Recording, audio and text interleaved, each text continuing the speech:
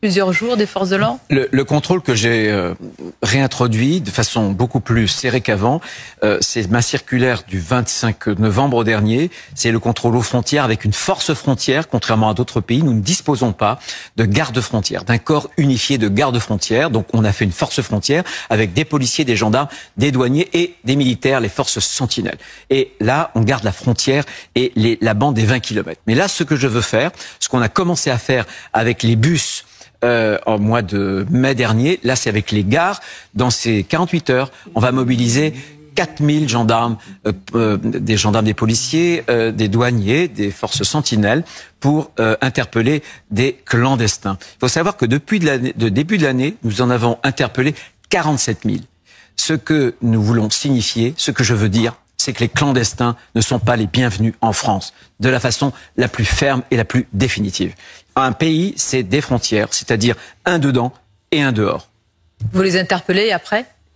Eh bien, c'est beaucoup plus facile, justement, ensuite, pour les expulser. Beaucoup plus facile que lorsque les individus échappent à notre contrôle grâce à la directive retour qui leur donne, figurez-vous, un délai de départ volontaire. C'est ça que je cherche et que je vais modifier avec mes collègues européens. Le gouvernement part à la chasse aux clandestins. Bruno Retailleau, ministre de l'Intérieur, a été chargé d'une mission claire. Faire passer le message aux personnes en situation irrégulière qu'elles ne sont plus la bienvenue en France. Dans une logique de tolérance zéro, le gouvernement organise pour la deuxième fois cette année une opération de grande ampleur contre l'immigration dite illégale. En mai dernier, 750 personnes ont été arrêtées. En seulement 2 jours, l'État n'a pas hésité à déployer des moyens massifs et disproportionnés. Cette fois-ci, 4000 agents sont mobilisés sur l'ensemble du territoire, répartis sur les points dits stratégiques, gares, zones de frontières, axes vers les grandes métropoles, des arrestations souvent arbitraires, que certains n'hésitent pas à qualifier de rafles, mais qui ne semblent pas déranger le gouvernement. L'objectif est clair, multiplier les actions coup de poing. Dans la même veine que l'opération Place Nette menée il y a quelques mois, mais plutôt que d'œuvrer à l'intégration et à l'amélioration des conditions de vie, ces campagnes répressives stigmatisent et traquent encore davantage des populations déjà vulnérables. Encore une fois, on préfère leur coller une cible dans le dos, les forcer à vivre dans la peur et la précarité, le tout pour gagner une guerre d'image où il s'agira de montrer qui sera le meilleur pour maltraiter les plus précaires. La face tendue entre les policiers et les manifestants à la gare du Nord.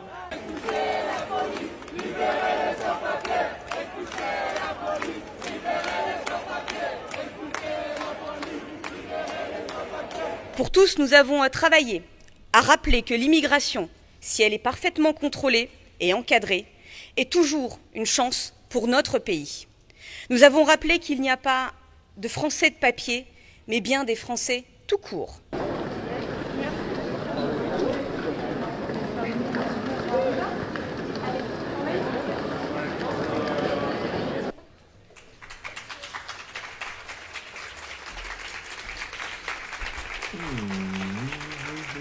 Pour tous, nous avons travaillé à rappeler que l'immigration, si elle est parfaitement contrôlée et encadrée, est toujours une chance pour notre pays. Nous avons rappelé qu'il n'y a pas de Français de papier, mais bien des Français tout court. Je sais que dans le gouvernement de Michel Barnier, tu es la bonne personne. Olivia. Merci.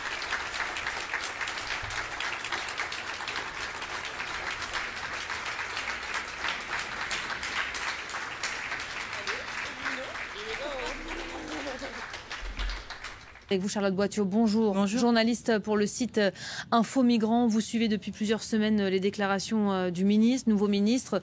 On va en parler par le biais d'une photo, un cliché qui fait sens et qui nous parle. Expliquez-nous. Oui, vous venez de voir cette photo qui s'est affichée. C'est donc Bruno Retailleau qui sortait d'un centre de rétention administrative. C'est une photo qui n'a pas été prise au hasard. Le centre de rétention, c'est le lieu où sont enfermés les étrangers. Voilà, vous la voyez à l'écran, où sont enfermés les étrangers en situation irrégulière en attente de leur expulsion.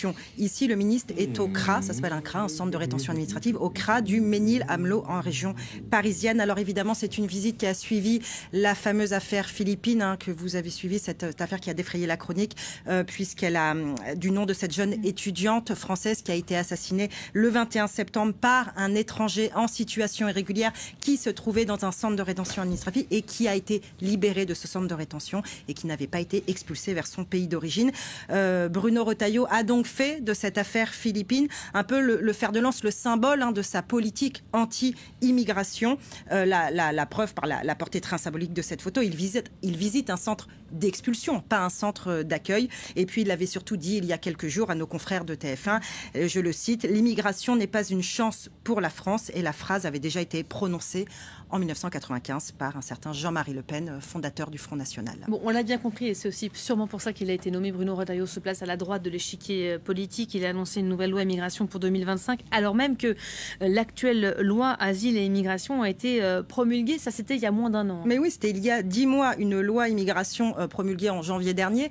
Donc l'annonce d'une nouvelle loi, là, pour l'horizon 2025, fait un peu bondir dans les rangs de l'Assemblée, jusque dans les rangs présidentiels. Était-ce vraiment nécessaire et prioritaire? Évidemment, oui, selon Bruno Retailleau, puisque le texte actuel n'est pas assez dur. Alors, je m'explique. Il voudrait reprendre toutes les mesures qui avaient été écartées en janvier dernier par le Conseil constitutionnel pour recréer une nouvelle loi immigration.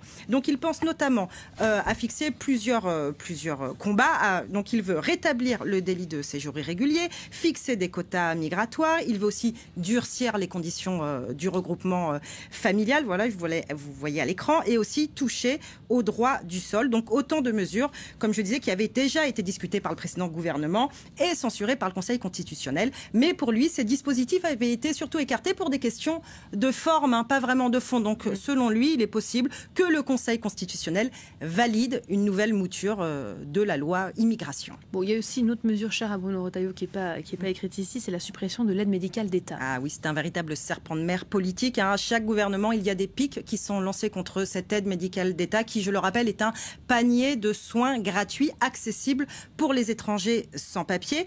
Souvenez-vous, le précédent gouvernement avait déjà essayé de le supprimer. Le Conseil constitutionnel, là encore, avait mis son veto. Mais Bruno Retailleau revient à la charge, alors même que l'actuel ministre de la Santé s'y est opposé. Mais pour lui, l'AME, comme on dit, l'aide médicale d'État, l'AME doit être réformée parce qu'il permet un prétendu appel d'air. Alors, plusieurs questions se posent. Déjà, est-ce que beaucoup d'étrangers en France en bénéficient? Ils sont, selon la Cour des comptes, 440 000. 440 000 personnes à bénéficier de l'AME, c'est moins de 1% de la population française. Ensuite, en termes de santé publique, est-ce que ce serait vraiment pertinent de supprimer cette AME? Alors, évidemment, non, selon les ONG d'aide aux étrangers. Je cite Médecins du Monde qui a déclaré il y a quelques semaines, si on ne permet pas aux étrangers de se soigner, ils vont tomber malades.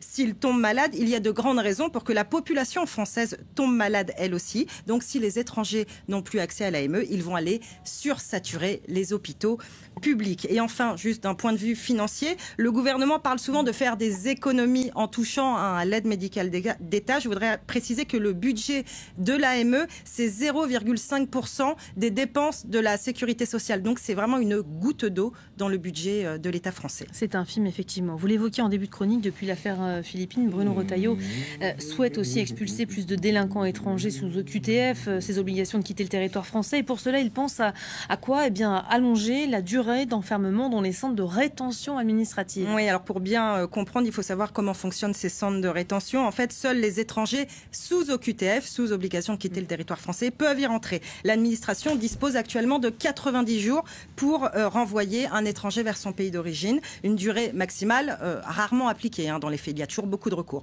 Mais c'est trop peu, estime Bruno Retailleau, qui voudrait allonger donc cette durée à 210 jours pour les personnes qui ont commis des délits. Alors la notion de délit est assez floue juridiquement, et surtout cette durée de 210 jours, elle existe déjà dans la loi française, mais elle ne concerne que les étrangers coupables d'infractions terroristes. Alors il est vrai que très peu d'OQTF sont appliqués en France. Actuellement, seuls 12% sont exécutés. C'est peu, mais est-ce que allonger la durée de rétention va changer quelque chose?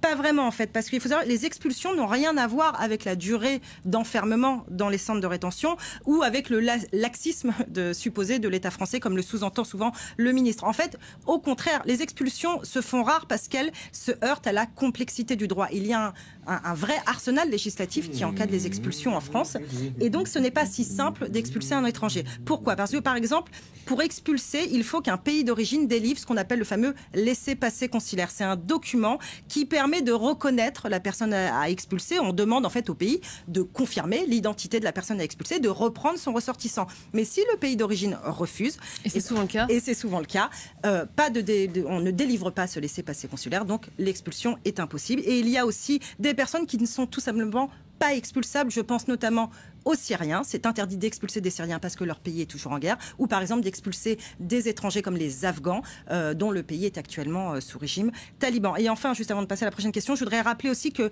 l'écrasante majorité des étrangers qui se trouvent dans les centres de rétention administrative ne sont pas des délinquants avec un casier. En fait, la grande majorité, ce sont des étrangers qui n'ont pas de papier. Et jusqu'à présent, en France, ne pas avoir de papier, ce n'est pas un délit, c'est une irrégularité administrative. Alors, il veut aussi, Bruno Retailleau, régulariser moins. Il vise notamment les travailleurs sans papier. Là. Oui, et à travers eux, ils visent la fameuse circulaire Valls. Je ne sais pas si vous vous rappelez, cette circulaire qui permet de régulariser à titre exceptionnel des travailleurs par le travail notamment.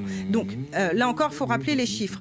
C'est une régularisation, comme son nom l'indique, exceptionnelle. Il n'y a eu que 11 500 personnes qui ont été régularisées par le travail en 2023. C'est les chiffres de l'intérieur. C'est donc extrêmement peu. Il n'y a pas d'immigration massive à ce sujet. Alors pourquoi si peu de personnes sont régularisées par la circulaire Valls? Parce qu'il y a de nombreux critères à remplir. Encore une fois, l'État est loin d'être laxiste sur le sujet de la régularisation. La régularisation en France, elle est très dure à obtenir parce qu'il faut qu'un employeur, très concrètement, accepte de s'engager pour son salarié sans papier. Il faut qu'il remplisse des papiers. Il faut qu'il paye une taxe pour lui. Côté salarié, il faut que le salarié soit en France depuis une période bien précise. Il faut prouver qu'on est bien intégré. Il faut pouvoir fournir des fiches de paye. En fait, c'est un combat très chemin de croix. Et oui, un véritable chemin de croix. Et la gestion peut-être à l'Europe, maintenant, on a beaucoup parlé en cette journée de sommet européen. Bruno Retailleau envisage de nouer des accords avec des pays tiers pour freiner les flux migratoires. Ça nous fait quand même penser à ce qui se passe entre l'Italie et la Tunisie aujourd'hui. Oui, et encore une fois, c'est une déclaration qui peut sembler un peu en décalage avec la réalité des chiffres. Cette fois, on va citer Frontex, l'agence de surveillance des frontières européennes, puisqu'il n'y a jamais eu aussi peu de passages clandestins détectés aux frontières de l'Europe. Il y a actuellement, en 2024, moins 64% d'arrivées clandestines par la Méditerranée et moins 80% d'arrivées clandestines par les pays des Balkans. Donc, en fait, c'est très peu. Mais malgré ces chiffres, qui sont encore une fois délivrés par une agence européenne, Frontex, Bruno Retailleau veut quand même trouver des solutions pour freiner l'immigration irrégulière. Et donc, il a vanté, vous l'avez dit à ce propos, les résultats qui ont suivi l'accord entre l'Italie et la Tunisie à l'été 2023. Cet accord, il dit quoi? Il dit qu'en échange d'une enveloppe d'une centaine de millions d'euros, le président tunisien s'engage à bloquer les départs de migrants depuis les côtes de son pays. Alors c'est vrai, cette alliance a porté ses fruits. Les arrivées de migrants vers l'Italie ont drastiquement chuté. Plus de 60% en moins, moins de 60% d'arrivées l'année dernière en Italie. Mais à quel prix?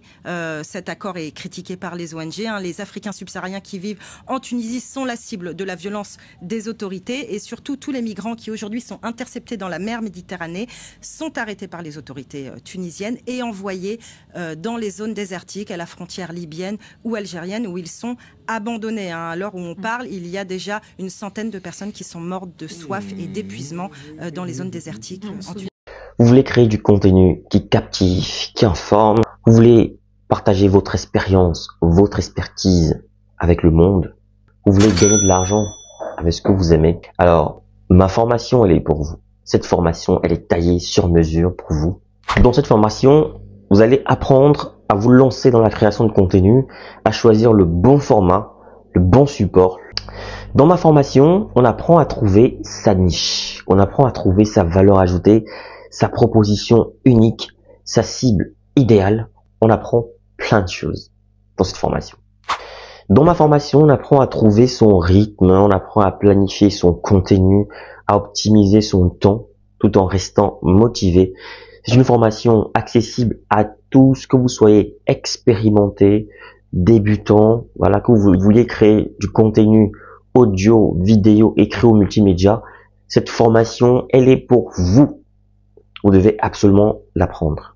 Alors cette formation est flexible, vous pouvez la suivre à votre rythme, selon vos disponibilités, vos besoins, vos envies, et elle ne coûte pas cher. 150 € pour tous les résidents en Occident et 75 000 francs pour tous ceux qui résident en Afrique. 75 000 francs CFA seulement. Alors qu'est-ce que tu attends? Souscris rapidement à cette formation parce que les places sont limitées à 50 places maximum et il y aura des formations chaque mois. Chaque formation dure 2 semaines minimum et 1 mois pour ceux qui ont du mal. Il y aura 2 semaines en plus de rémédiation pour essayer d'aider les autres. Alors appelle ce numéro rapidement et surtout écrit à cet email pour souscrire à cette formation. Voilà, le numéro, je rappelle, 0467 81 59 18 précédé du plus 32. Donc je reprends, plus 32 0467 ou alors plus 32 467 81 59 18 disponible bien sûr par appel et sur WhatsApp ou alors écrivez-moi tout simplement par mail pour souscrire à votre formation. Donc je vous attends nombreux et les places sont très limitées. Donc à très bientôt.